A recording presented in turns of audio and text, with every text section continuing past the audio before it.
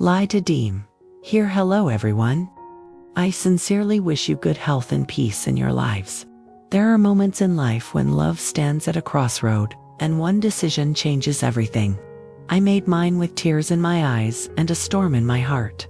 CEO Toan, once so full of certainty, now stands in the silence of regret, holding nothing but memories. And just when the door finally opened, when his mother accepted me, was it already too late for our wedding dreams to come true. The sky was gray the day she left, not because of rain, but because something beautiful had quietly slipped away from a life that once overflowed with hope. The once proud CEO sat alone in his modern, gleaming apartment, everything perfect, except for the emptiness in his chest. Her absence echoed louder than any silence he'd ever known. There was a time when he thought love alone could fix everything, when he believed that sheltering her from pain, giving her warmth, food, and a home was enough.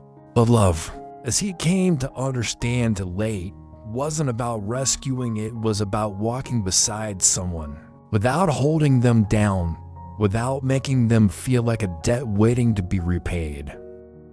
Tu Diem had endured a stormy life, abused, misunderstood, and betrayed by the very family that should have protected her. She had run through forests, starved under rain, and risked her life for a stranger him. Yet, when given the chance to finally stay, to be cherished and safe, she hesitated.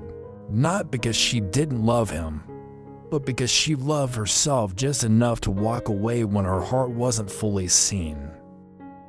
Toan's mother, once a woman of pride and prejudice, had changed. She saw Diem not as an intruder, but as a gentle soul who brought back her son from the brink of death, both physically and emotional.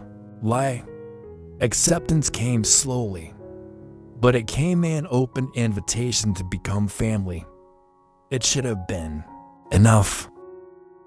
But Diem had dreams, quiet ones, a wish to belong without feeling like she was being saved, a need to be loved not for her sacrifices, but for her whole self, wounds and all.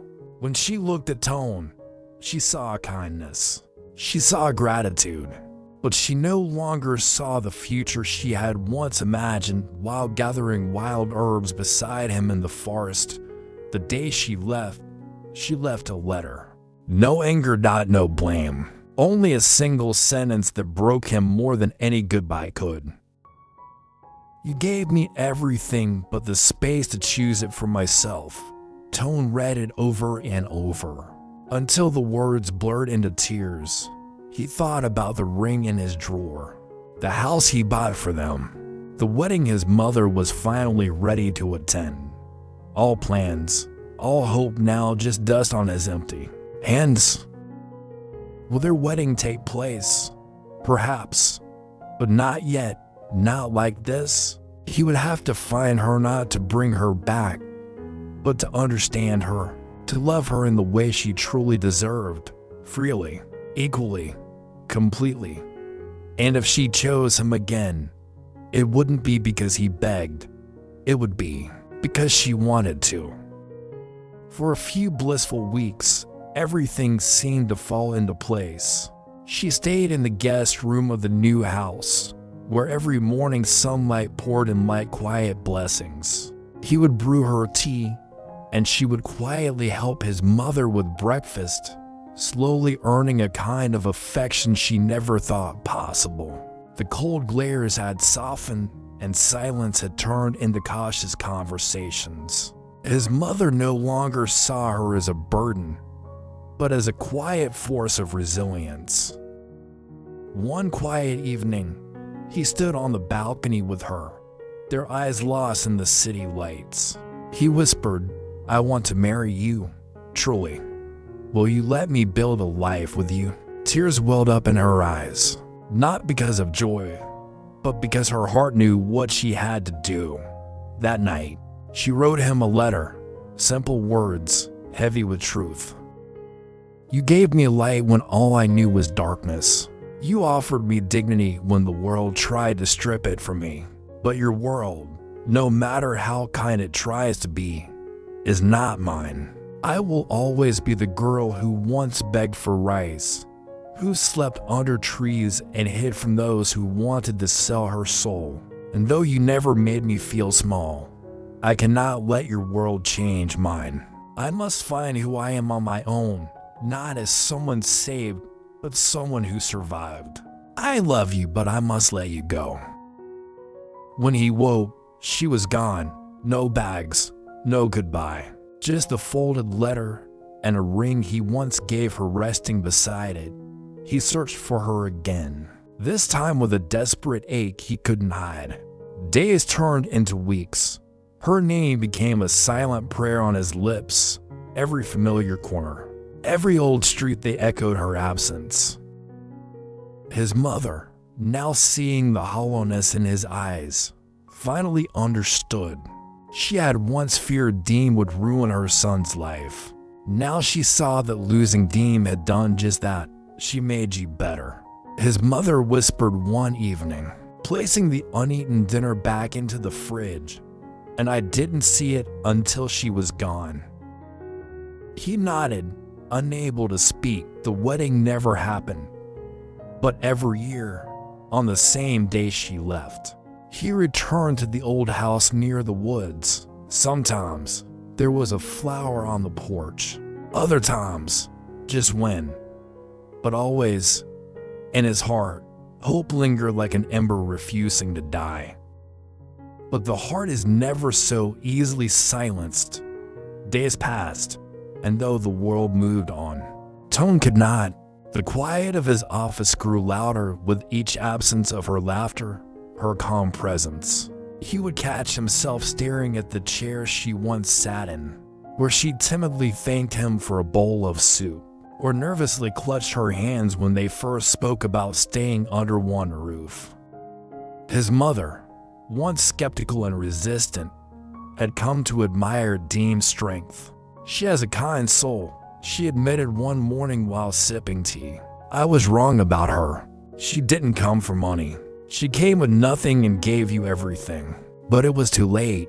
Diem was gone, leaving behind only memories and the lingering scent of the forest herbs she once used to nurse him back to health.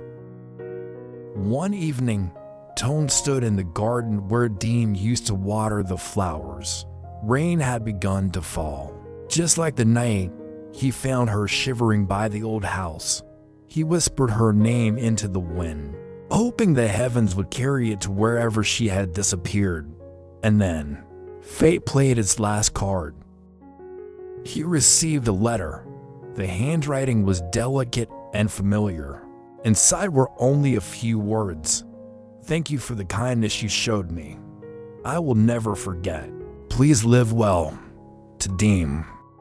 His hands trembled as he held the note, his chest tightening with a pain deeper than he expected.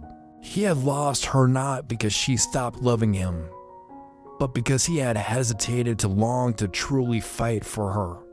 That night, he walked alone in the rain, no longer the proud CEO, but a man who had finally understood that love wasn't a contract to be signed, but a life to be protected.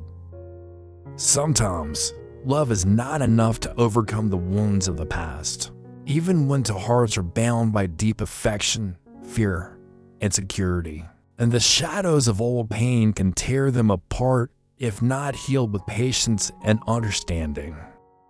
In this story, we saw a man who had everything: wealth, power, and status, yet stood helpless when the woman he loved chose to walk away. Not because she didn't love him, but because her heart had endured too much suffering to believe that love could truly protect her. He regretted the moments he hesitated, the times he let others speak instead of standing up for her sooner, stronger, louder. This reminds us that love must be more than just words. It must be action, protection, and presence.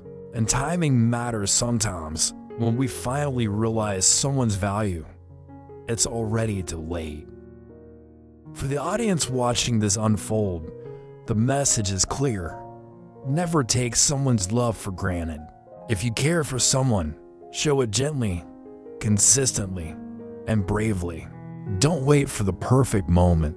The perfect moment is the one where you decide to not let them slip away. Because love, once broken by fear, is hard to restore even with all the regrets in the world. Let us learn to cherish, to heal together, and to love with courage.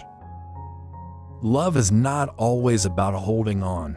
Sometimes, the greatest act of love is letting someone go even when every part of you wants them to stay. In the story of Toan and Tu Diem, we are reminded that love, no matter how deep, cannot survive without trust, understanding, and timing. Toan had everything: power, wealth, and admiration. But what he lacked was the courage to fully fight for the one who stood by him through his darkest days. Tu Diem, gentle but strong, gave her heart to someone she believed would protect her from a world that had been cruel.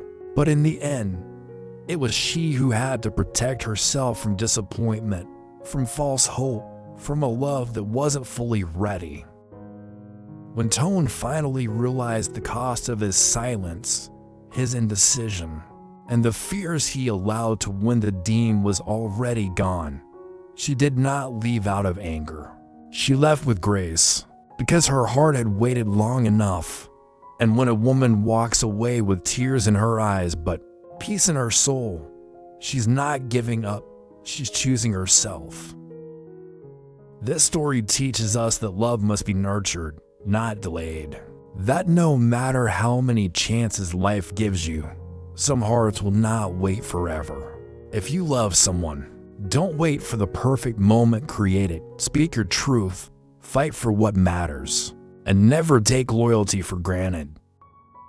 Because in the end, even the richest man can be left empty-handed, while the one who loves silently walks away with everything that truly matters: dignity, strength, and peace.